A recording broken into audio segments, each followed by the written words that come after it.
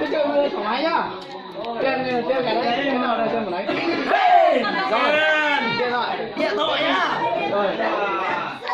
Rồi, có điện thoại nhá. Có 20.000 rồi. Bao nhiêu nghìn lúc đấy? 20.000 điện thoại. Rồi. Lúc đấy có 20.000 đấy nha tôi. Bây giờ có 60.000 nha. Uống một hết triệu đó nhỉ? Mày rót vào đây. Mày cái ổ đi nè. Đó là một cái chơi thực tế nhá, anh thì mình chơi rất là ok nhá.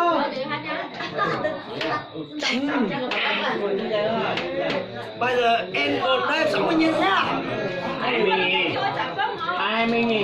Làm gì nhỉ? 20.000 Nhìn đấy lúc nãy em đầu tiên mà. Bây giờ mày trả vào đấy. lúc nãy em đặt 20.000 thì em đã thắng rồi thì còn 20.000 nhà trong này thì bây giờ được đấy em về với thắng thì 60.000 Rồi 60.000 thì 300 nhá. Rồi. Em nắm xem nữa cái điện thoại điện thoại bao nhiêu? Hey! điện thoại 60.000 60.000. Hey!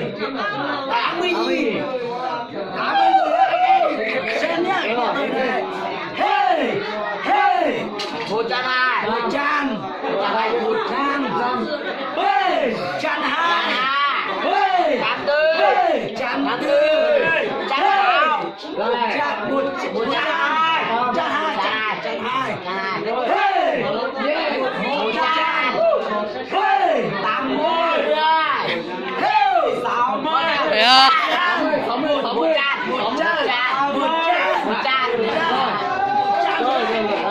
quay chỉ chơi 100 nhá. ok nhá. 100 nhá.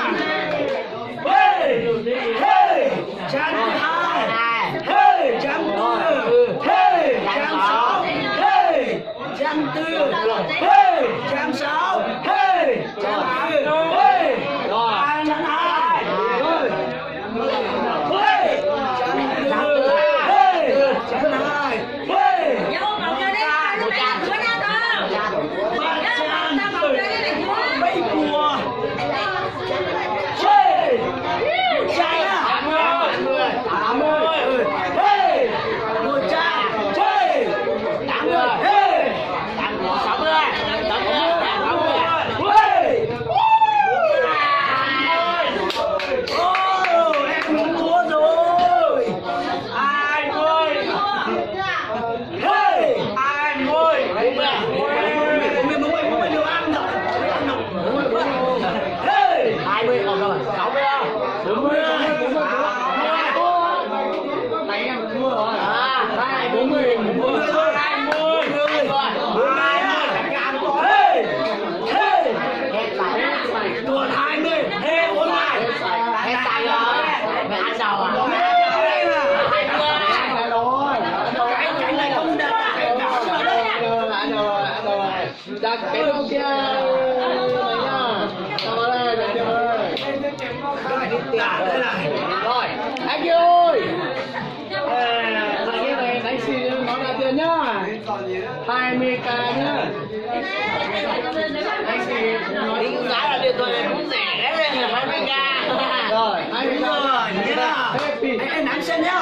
Hey! rồi 20k đánh 20k nhá Hey! rồi Bao nhiêu nữa? 20 Làm gì? 40. 40k làm 40k làm Hả? Hey! Anh nha. 20 cái cho anh đi nhá. Hey! Rồi. Hey! 60. Không.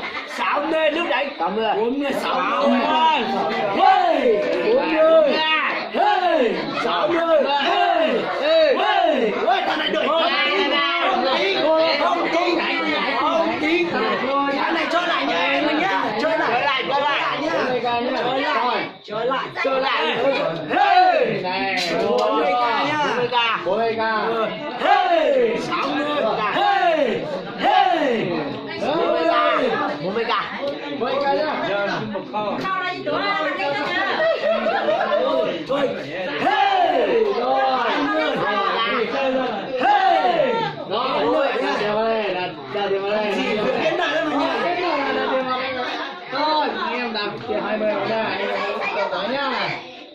quay có thời gian em nhá. Vâng. Từ cái này trôi cái này rẻ lắm. Rồi, đó 20 cân là rồi làm gì? Đảm 40 ca nhá. Một chai nhá. Một chai. Một trái đi. Một sâu, ít cuộc. 100 tiền. 100 đấy, ăn chay cái điện thoại này. Bạn ăn luôn cái điện thoại này nhá. Ăn rồi. Cái điện thoại này Đây bạn là cái bố cứ nên đầu là to hơn. đánh xì à, đánh xì ăn cái điện thoại này nhá. Thấy không? Nhưng mà đánh xì không gì hả? Đánh xì. Đánh xì. Cái này về cái này tiên đấy. Không quen mày yên. 50.000. Xì đấy, xì đấy, xì. 30.000.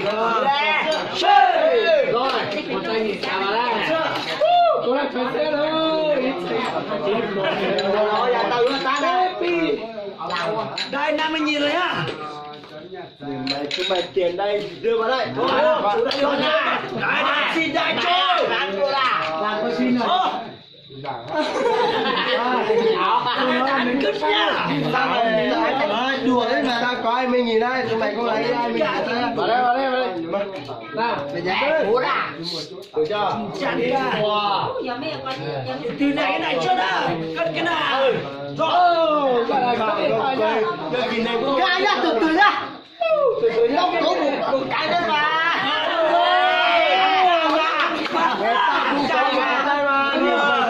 Có người cân bạc nhá. Người cân bạc này như thế à. Bỏ tiền xuống. Đây phải trang nhá. Tính bao nhiêu tiền? Cái này tính 300 mà. 300 gì? Sinh nhật nó tính kết có sinh rồi. Cái mà cứ đi bên đầu cái trượt láng à? Bên đầu dính là tớ à? Cái quật xanh. Tí nữa một ký tao có cái này thôi. Một cái. Có thể chốt cũng luôn à. Bách cu nữa. Tí tao có rồi. Tôi đặt luôn cái này 3 triệu của chú đã hết. Vào đây. Từ từ nhá. Cái này từ nha. Quay lên tao thì thế rồi. Đấy. Một số chân nhá. Sao mày tính thế? Mà.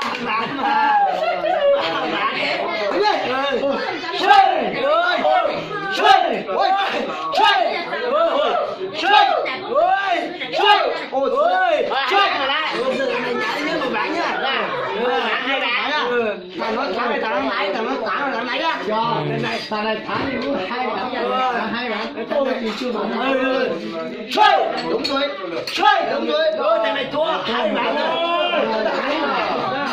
mày thua ta hai bán rồi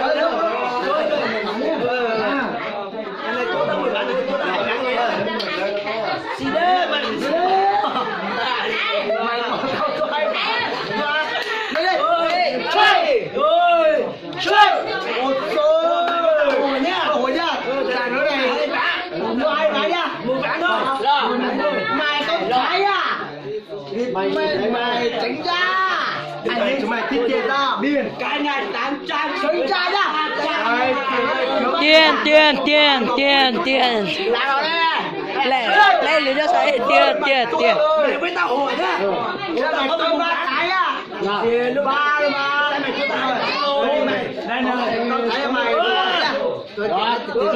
cho vào đấy thằng này chưa có thằng này ra đi thôi bên tao có thằng này mày dây từ từ đấy có của tao là 20.000 20.000 tao bảo mua đưa này cho máy điện thôi đưa tao nói mày mua đâu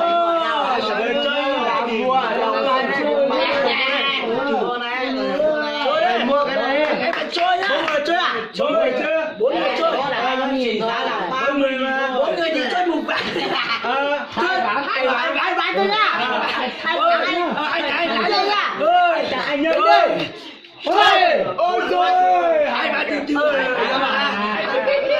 tao lấy tao là cái giấy ván này thôi tiết kiệm đấy chơi ôi Hoàng Hòa không phải hoa chơi ôi mày chính ra đó mày cũng là từ từ mình thấy mà đây hồ này chơi ôi mọi người nhá thằng này xoay này mình không tao cho ăn mà vừa vào anh nói thắng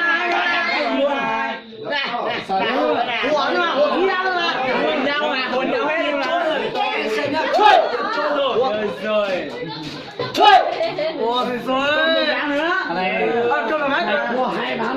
Câu một ván. Thắng một ván rồi mà. Thua một ván, hai ván. Thắng một ván, thằng này một. Anh thua một ván nhá. Đấy đi. Thằng này nhớ là bây giờ ai được. Chơi. Mày chơi nhá. Mày tao solo nhá. Ai được số hả? Còn mà. Tôi đó, cứ tiếp đi. Sao ơi? Mày tao được. Ôi, mày đó. Ôi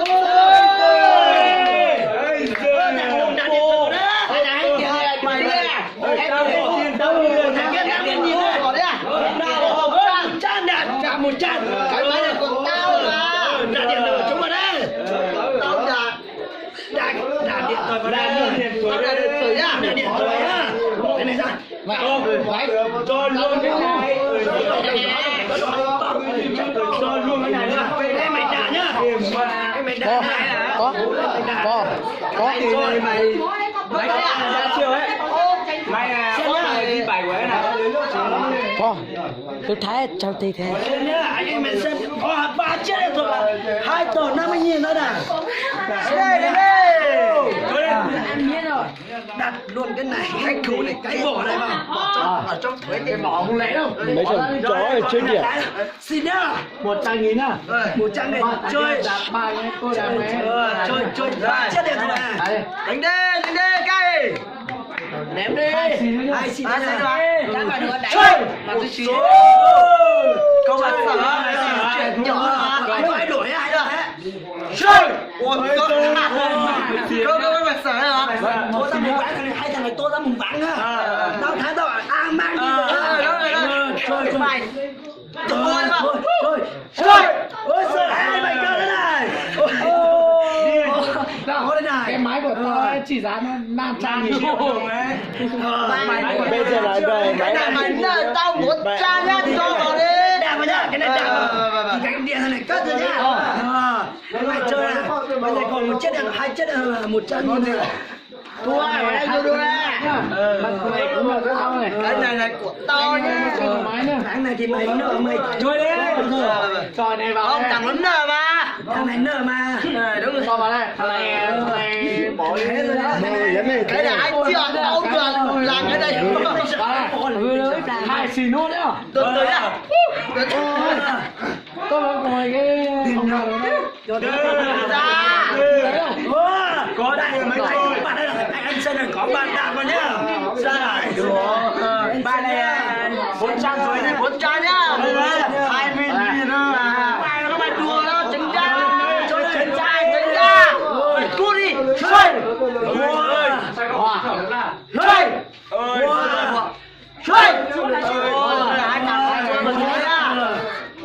Chơi. Chơi. Ôi rồi. Hai thằng ông bỏ đi. Mày thua này mày tao đánh tao thắng nhá. bỏ cái đồng hồ mày ra đó, tao bỏ lên một tay tao. Đúng rồi. Bỏ ngay đi. Cười luôn. Rồi có điện thoại có đồng hồ. Chỗ này bỏ lại. Mày không có. Sao là tao nhỏ cái này xem nhá. Em bán xem nhá. Đây này. 3 triệu đánh đi. Đánh đi. Hai anh đến đi. Quay chơi. Cái này bỏ nhá. Ôi giời bỏ nhanh cái ra tí đó. Hai vàng kia đi. Mày tao chơi 2 xí nhỉ? Không, 1 xí thôi. 2 xí. Không, mày thua rồi mà. Mày thua rồi mà tao quả rồi mà. 2. Đã luôn, thằng này sẽ thắng. Từ từ. Bỏ nhanh lên đây bàn đây này. Ôi trời. Đưa cái giải trí của người mẹ cho đưa.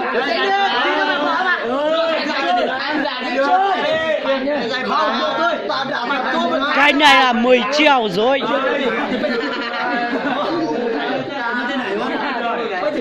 Giải truyền này của em. Chơi.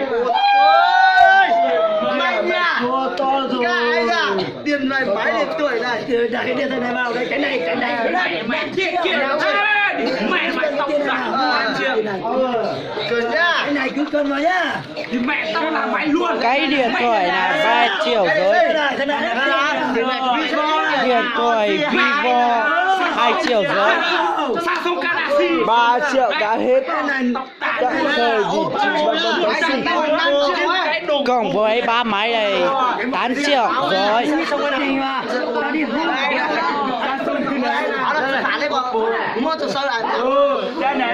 Sơn nhá, mày sẽ xuống hết tiền. Bây giờ xuống hết tiền, chú đã tiền không? Không bạc vào. Tao đặt này. Bỏ đi. Vivo, Oppo, Samsung Video. Samsung Video 4 máy, Một dây chuyền nữa. một dây chuyền nữa, một cái đồng hồ nữa. Tất cả là tổng Tất cộng cả là là 4 triệu rồi. tất cả tổng cộng là 8 triệu rồi. 8 triệu rồi. Bỏ này cút đi. Trôi đi. Lên cho 2 triệu nhá. Dây chuyền 1 triệu, 2 thì bé là 4 triệu. Trôi. 300 là tất cả 4 triệu. Trôi. Ôi giời. Mày đã hùa. Có mày hùa không? Lúc này hùa. Hai thằng nó tua, hai thằng nó tua. Hai thằng nó tua, nó cút đi. Mà trôi. Cầm gì. Chơi! Này, hai thằng cút. Chúng mày cứu hết đây, thằng có chiến thắng rồi. Bây giờ có chiến thắng hết rồi. Thằng có chiến thắng hết rồi, chúng mày không nói đâu. Vào đây. Tôi thắng phát này. Tao mới xét đi mà. Ra trường này nhá. Tao thằng biết. Còn này, máy này có gì mày nhớ nhá. Chó này không biết chơi này, đạp vào lầu. Con à, cho con chơi đi. Xe đó, đây bây giờ có 2 trận nữa này. Có con chết điện thoại. Ra trận thì tao chẳng biết. Chơi. Có mày chọc thôi. Có cho chút nữa. Cầm một chút mà. Thôi thôi. Chơi chưa? Cho từ từ. Cầm một chút lại đó. Có một xí. Mà hết. Còn một xì nữa là có chiến thắng 3 lần mà. Chúng mày thua 2 lần mà. Thôi rồi. Thằng rằng ắt tùng này được 3 máy điện thoại. Thời gian tụi Cộng mày được thua 300. Bây giờ máy này là máy của tôi. Mà đầu này cũng là của tôi rồi. Nên phải lồn đi. Này không ha. Đâu là đồ ngủ nhá. Bây giờ mình đặt đồ ngủ á. Chúng mày chỉ được Tôi nói chung là tôi được mấy cái vòng này nhá anh em. Vớ vẩn. Là chơi xì mình mất mà mình mất cả máy điện của em mình vượt chắc như thế. 2 cái tao máy điện của em 5 triệu đồng là tôi thắng nhá. Tôi cái gì có bản thân tôi đây rồi. Tao này sẽ có được. Tao này có 20.000 lô bỏ ra. Cái bỏ này quan trọng gì đâu. Để đây. Xịt đây. Đi đây. Hoa.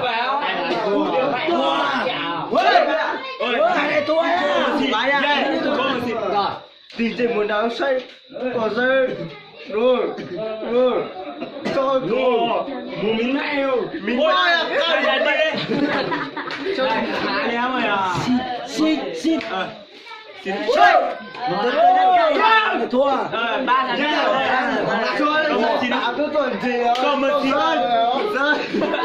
tôi chắc chắn tôi phải được còn một xịt này xem nhá chơi đây nữa chơi từ đẩy đánh bạn này vào đó đưa rồi cũng là của tôi cái đấy là của tôi các bạn chơi như thế thừa rồi con đồ chơi của tôi chơi mạnh gì đấy chơi thằng này lỗi nhá thắng ra một trận hạt chưa chơi trận nha chơi một trận này là đây một trận thôi hai trận Từ từ có một xe. chơi còn một trận nữa mày à thế là tôi đi tao làm mày đây tao là cái cái gì này rồi xe đây ai này đưa đây ôi rồi thằng này tiền chưa anh đã một chiếc điện thoại bà tôi cùng với đặt tiền vào anh đặt hết ra rồi mà điện thoại anh cũng đặt rồi mẹ cậu đặt hết nhá tôi đặt hết nhá